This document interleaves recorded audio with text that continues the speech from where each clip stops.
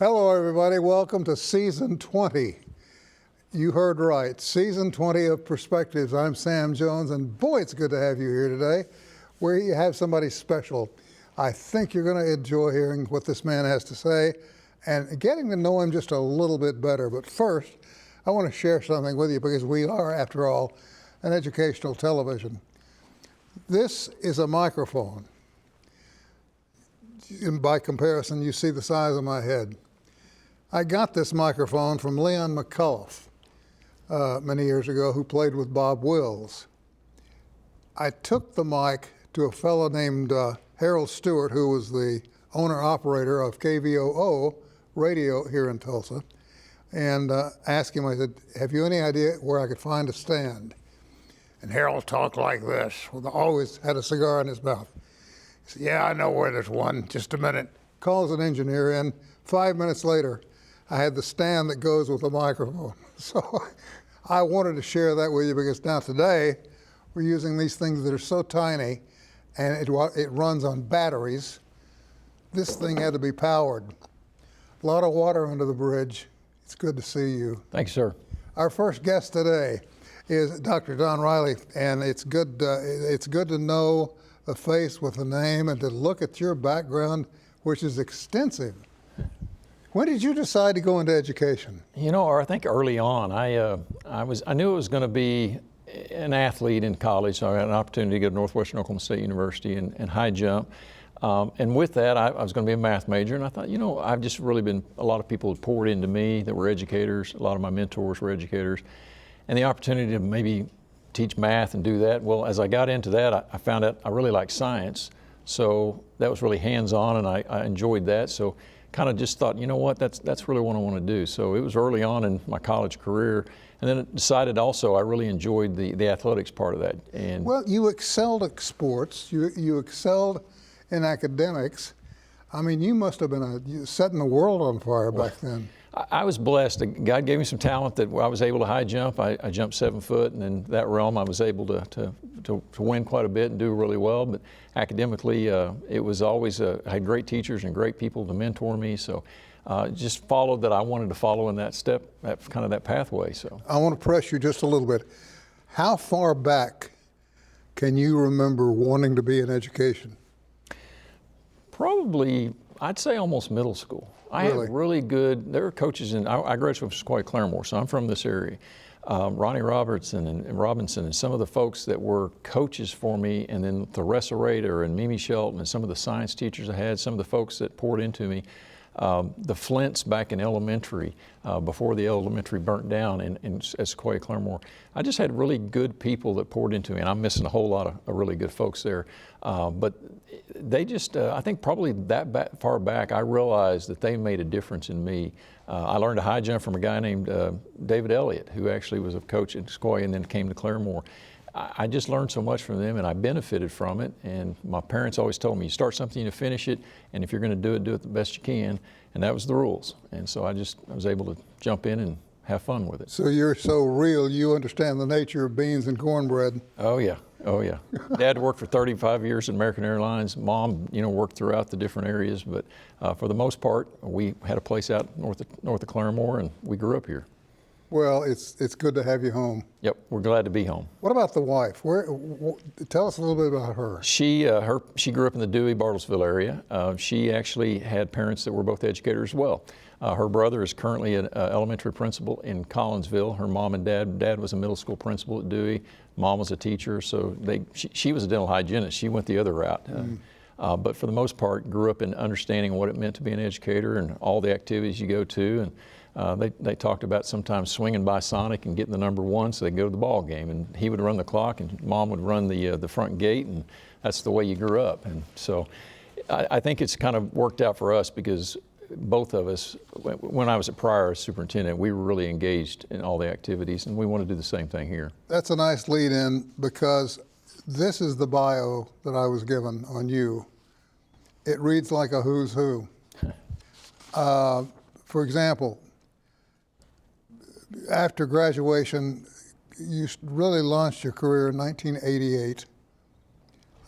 You've worked as a teacher, a coach, an administrator. Is there anything you haven't done in education? No, I've been blessed. Honestly, I've been given a lot of opportunities as teacher, coach. I knocked on the door one too many times when I was coaching Dewey and wanted internet in my classroom. And next thing I know, the superintendent's got me as a technology director. That's how far back, with just starting the internet. So I learned very quickly I was probably not going to be the best technology director. Then able to work I worked for 3 years for what was House Bill 1815, in which we trained teachers how to use technology in the classroom. And it was K-12, higher ed, and career tech. So I had the northeastern part of the state, so that gave me an opportunity to get out and see some people. And some of the people that were working with me, like Ron Ramming, he's the president right now at Connors. A lot of esteemed people that have continued their careers or in leadership around higher ed or career tech were a part of that. So got to know them and then became a high school principal at Sperry after that. So it strikes me as interesting because I always thought the president of a college was the president of a college. There's more to it than that. You have to be on a first-name basis really with a lot of state legislators. You have to be able to knock on doors and say, hey, listen, this isn't going to work right. For any of us, meaning us by any college in the state. Are you ready to do that? Well, what's interesting is while I was a superintendent, I served as the president of 2 different state associations. So the Oklahoma Advisory Council, that group, but then the OASA is the biggest administrator group for the superintendents. And I was actually in that position as COVID hit, as the end of that spring break on and finished out. It was a tough year there. But a part of that role is you're working with legislators all the time. And it was on K-12 policy, but we were also connected to the higher ed pieces. So, it was very common to work with them. I served on Governor Fallon's advisory board for during education for her. I was on the state standards steering committee when we decided to go away from the Common Core and create our own. I was the administrator that worked on that council as well. So I was on Superintendent Hoffmeister's advisory board. So I was involved in a lot of those policy pieces, some of the things you see right now in the ICAP, Individual Career Academic Plan, that we require for students to try to get them to really recognize what their potentials are. It was really kind of in the groundbreaking of some of that material. So I had been involved while in the K-12 realm. What I found out is when I went to higher ed at Liberty, I was in the med school for 2 years and then the School of Ed for 2 years as the dean, how much my K-12 experience benefited me in the higher ed realm. When I visited with the faculty here this morning, I think I have an understanding, and especially in this region, because I've worked all over this part of the state, is how we can integrate and how we can serve our K-12s and our career techs and how we can work together in maybe a way that maybe we haven't in the past. Yeah, and you know what? Folks out there know about the nursing side, but there are so many other sides to the school. That's exactly right.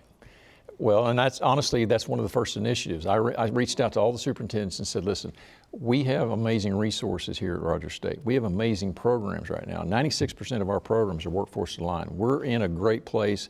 A lot of times what I keep hearing is that we're the best kept secret. How do we get that word out? One of the things we really want to do is we want to utilize RSU TV. I want our nursing program, our business, our communications, you bet. All those programs. We're building digital media around each of those programs. Mm-hmm. We've got great experts that are doing amazing things. Our students leave here, they can go to med school, they can go to law school, they can go out and do amazing things changing the world because we have quality people here. But we've got to let our high school kids know that. And one of the requirements each one of these schools have is 9th, 10th, 11th, 12th. They have to do these ICAP activities every year, which is showcasing what a career is. Well, we've got resources to do that. That's branded all over with RSU on it. So that's one of the things we're doing. I've been working with Terry Bowers to try to start capturing what it means to go into communications. What can you do with that? Having student providing kind of their own testimony of how they went through and what that can be, what the pathway looks like, what this can mean for you. I go into business, what can I do? Nursing, I can be a CRNA, I can go to be a nurse practitioner. There's a lot of pieces of that the students, if they can't see it, they can't be it. But we can do hopefully a better job of reaching down in there and being a true partner with our schools. You know, you will understand this. I've worked with a number of young people, many of whom are behind the cameras today, or several of whom are, but I've maintained friendships with those young people. And it's interesting to me what they've done with their education from this school and their opportunities to work the floor here. they've learned a lot. We're going to take a short break, and I want to talk to you some more about this. And we'll take a break and be back right after this.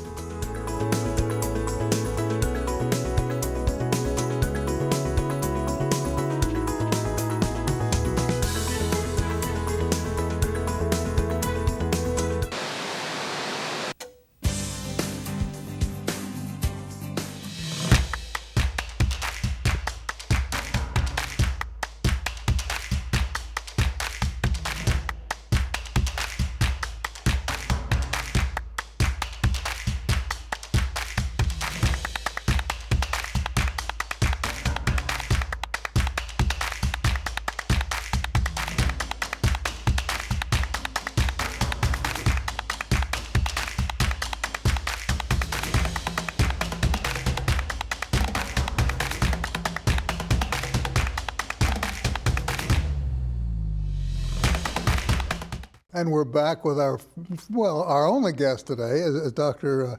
Don Riley. And I got to tell you, we don't have the price tag off this guy. He's that new. Just started. When did you start officially? We started June 1, so we've been in the seat about just a little over 2 months. So. Do you and your wife have children? We do. We have a boy and a girl, right? We have 4 grandboys. So 3 of them that live in Chicago and 1 lives in the Broken Arrow area. I have. Oh, I better not tell that story. I'll get in trouble. But I have 4 grandchildren. Okay. So I can sympathize. Well, what's interesting is one of our grandboys stayed the night with us last night, so it's been fun. I got to go over at lunchtime and actually have a little fun with him. So, yep. Well, that's a good thing. Yep. Our only grandson eats like a horse. He plays football. Yep. In high school, and it's amazing to watch those kids grow. Now, it's something to watch my kids grow. Right. My children, but my grandchildren, good Lord. Yep. A lot of fun. That's quite an experience. A lot of fun. What's on the horizon for Rogers State? Well, I'll be honest with you, a lot. One of the things that just impresses me is, one, the quality of people that are here. First thing, I'd taught a little bit when my path crossed Rogers State a number of times, worked with them in a lot of different ways, but I always just had a real appreciation for what happened here on this campus. And I think as I'm looking at where we're at now, there's just so many more opportunities. When I was at Pryor, I followed Dr. Burdick, who had been there 40 years in the seat. Now you're following Dr. Rice, who had been here at least 18 years, and then Dr. Razor last year. Mm-hmm. And in the interim, I really like following very successful people because nothing's broken. This is an opportunity to take something that's really done well and take it to another level. And that's what's happening right now. I'm just very excited about the opportunity to use my connections and my understanding of how the K-12 world works and be a better relational university, if we will. We're one of the best regional universities, but how can we meet their needs better? How can we go in and work with them and actually be able to tell our students and show our students what their next could be and be a part of that? Also working with career techs. We got a lot of our students that go through the career tech. What they don't realize is there's a number of our programs that align really well. So we've already met with the career techs. Since we're the Hill Cats, we're thinking we might pitch the Skill Cats pathway. So a student goes through and gets a degree or a certification with the career tech. They come right into our programs. There's many times they can get a micro-credential or move right into an AA program or a bachelor's program. So how do we work closer with them? Met with Tulsa Public Schools last week, had a great meeting with their leadership in ways that maybe we can grow and help out in the Tulsa area a little bit more. We just want to be able to make sure that we're doing everything we can to knock on the door and make sure that we're providing access. And honestly, we had our athletic team out this morning at Sequoia Public Schools. They were out there doing all kinds of stuff with the start of school. Mm-hmm. So anything we can do building relationships, that's a part of it. And then pathways programming is going to be the next piece. One of the things that I've seen just in my short tenure here, the young folks that come through are amazed at the fact that sometimes an internship doesn't pay well, but the experience and the contacts and the networking cannot be beat. It is the only place they really learn what that looks like. That's why in nursing and medicine and education, a lot of these fields, you have to do some kind of an internship or some kind of a learning in the process kind of piece. And it is a tougher road. Sometimes there's not a lot of money there, but it's how you learn the craft, and it's back to the apprenticeship approach, back really to the start of our country. I think one of the things that we're really excited about is the new programming that we're added. We've added a number of master's programs with nursing, of course, and with our cybersecurity. We've added an AI bachelor's degree. We've added a chemical engineering degree. With our new STEM building, that's going to be transformational for this campus. $32 million STEM center will break ground next spring. All of that's going to be lab space. That is, the entire 3 stories is going to be labs, and that's going to be high-end labs. Wow. So that's going to provide the opportunity for us to expand in that STEM area, which in our area, in this region, you know, you've got Mid-America, you've got the Port of Catoosa, Port of Inola, the Tulsa area, Bartlesville, Claremore, all of these are really, really just, you know, breaking out with all this manufacturing and technology opportunities. We need to be able to be a part of that, providing electrical engineers possibly down the road, maybe advanced engineering type engineers. But we're already with the chemical engineer. We're very excited because we thought it was going to take a while to fill that cohort. We filled it in the first year with mostly regional kids from this area. If they're from this area, they're going to stay in this area. They had no idea. And that's right. And the opportunities that we can continue to provide, that's where we're going to push. Well, I don't want to take you down the road to discuss an area of education that's so bloody negative, but certainly you have to be aware of what's going on with the state education secretary. When you hear the stories, what goes through your heart? What do you feel? Well, and I honestly have been away, so I haven't really had, I've kind of kept touch with all that. I think my approach has always been about what's best for our students. At the end of the day, I think when I talk to legislators, when I talk to Superintendent Hoffmeister or any other public official, what are we doing so that we can make sure we're taking care of our students at the highest level? How can we help schools that are in that system, whatever that system is? How can we work together so we're making this the very best environment we can? How can we create pathways? How can we create opportunity?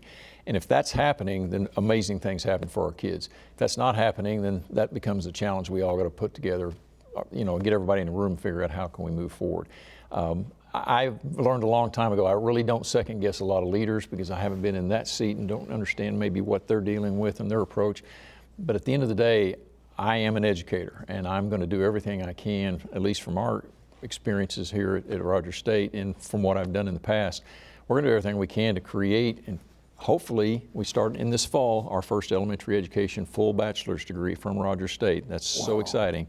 We're going to start pushing very hard to work together toward creating a lot of opportunity in this region to grow our own educators here. By next year in the fall, we're hoping to add secondary education in all the course plus business and just continue to grow that. Probably the first university that's added an education program in 40 or 50 years probably. You know, I get the distinct impression that you're going to be the kind of leader on this campus that when you walk into one of the cafeterias here, you're going to see kids go, hey, come over here and sit. I would love that. That is a vision moment for us. My wife and I have already talked about that. We're going to be very visible. We want to go eat with them. We want to make sure we're a part of what's going on. We're going to go to games. We're going to go to activities. I'm looking forward to the President's Leadership Council and the Honors Corps and all of the different opportunities for us to get engaged with our students. I've already told them. I said we're going to be a big part of this. My wife and I knew this was going to be a part of the experience, and we're just embracing that because, hey, this is what it's about. Got to take another break. Yep. And we'll be back. Don't go anywhere. Okay. You stay with us. We'll be back right after this.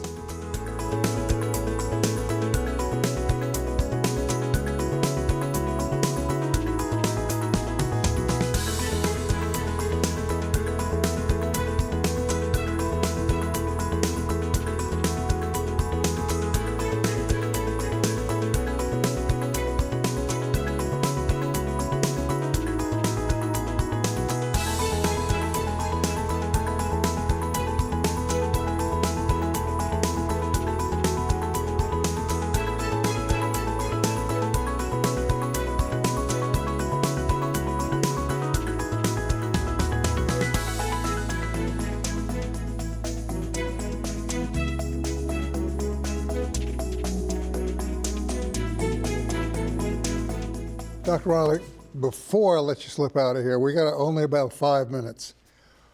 You strike me as the kind of individual that hit the ground running.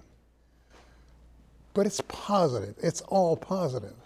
I don't hear any words coming back in my direction saying, oh, I'm going to get rid of these people, that department, those. Are you happy with what you see? I love the university. As I said, you know, you're following people that have done a great job. There are great people here. I think there's always that good to great kind of opportunity. Is how do you look at processes? How do you look at how we've done things? The definition or the difference between excellence and average is that attention to detail. I talked this morning when I had a conversation with our staff and faculty that really attention to detail. Let's make sure that we're doing everything we can. Our motto and my operating paradigm is every Hillcat every day. And culture to me is the most important piece of us taking care of our students. And that's faculty, staff, students, and alumni when I'm talking about every Hillcat. So when you think of great cultures, a Chick-fil-A or a Google or Southwest Airlines or any of these corporations or Oklahoma City Thunder, cultures in sports and athletics, they're very intentional about how they go about their business. And they do it at a very high level. And that's the kind of expectation that I'm having with our faculty and our staff. It's not about let's go in and change a lot of things, but I have set some expectations on when we set goals. The first one I've asked and the only one I've assigned is how are you going to implement taking care of our Hillcats every day? How are you going to do something that's going to improve the experience that our students have? I told our parents in Roar, and I've told our students, and I've told our faculty, I want Chick-fil-A calling us, asking us how we're doing customer service. Because if our students come in here and they are supported and we've got safety nets to take care of their mental health and their physical health, and then they get an academic opportunity with some of the people that we have here that just pour into them in a small setting where they really know who they are and get to know them, if we can do a great job with that, and then every conversation they have with one of the people that's on this campus is a positive one that helps them move their needle to get to where they need to be, then those students are going to be very successful. And our environment here is going to be very successful because you carry your own weather. I asked the question today is what would happen if everybody had your attitude on campus? What's this place going to look like? And I think a lot of our folks come in here and they really are here, and their why is because they want to help kids. They want to help our students succeed and move forward. They're in it because they're passionate about either the field they're in or the program or whatever they're working in. I think if we just come together and we really take care of each other and our students at a high level, they're going to be successful. And so much of that, I call it the newness of the student, is we sometimes become a little bit tarnished with age, but these youngsters coming through the door are still wearing that badge that says, I'm a brand new student, man. I'm in college. I'm going to do something with it. That's right. Don't get in the way. Right. So if you recognize the kind of talent coming through the door, your battle is 75% won. That's right. No, honestly, if we can go and be the guide by the side, sometimes they have to learn to fail a little bit and learn from that failure. And how do you get through it? We go back to that experience piece where they're able to go into and have internships and do other things. That's where they learn and they can grow and they get better. But we can do it here. We're the only public university in this region that has campuses and residential life, and they can live here and be a part of a campus and be a part of the experience here. We have a great small town right here. You're still close if you're in the Tulsa area or Owasso or all that, but Claremore has a lot to offer. We have satellite campuses in Pryor and Bartlesville. We just have amazing opportunities for our students. They can do a lot of things, and a lot of us, they just didn't realize they could do it because we've got to get out and carry the banner a little stronger. Well, and we got so much history right here. We sure do. And right across the street. One of the first things I did is I asked for an opportunity to go tour the museum. I have been here and lived here and grew up here and been through the Will Rogers Memorial before, but Tad Jones was gracious enough. Within our first 3 weeks, my wife and I toured the memorial. Of course, they're doing a fundraising, exciting about what that's going to happen. We have the OMA Museum here as a part of, we've got a lot of museums here in Claremore and a lot of history here in Claremore. I'd put our small town up against anybody as far as the opportunity to have a really significant place in history and what all the things happened with the Cherokee Nation across the streets, the Milam House. There's a lot of pieces of the puzzle happening right here, and we're in the center of all that. Well, first of all, thank you for taking time. Will you come back? Oh, certainly. I love this. Has been great. After you've been here a while, I'd like for you to drift in and tell me what you think. Anytime, I would be honored, humbled. I'm going to hold your feet to the fire on that. That's great. Thank you, my friend. Yes, sir. Thank you. Good to meet you. Nice to meet you. Good to meet you. Well, that's all the time we have for this edition of Perspectives, and we'll see you next time.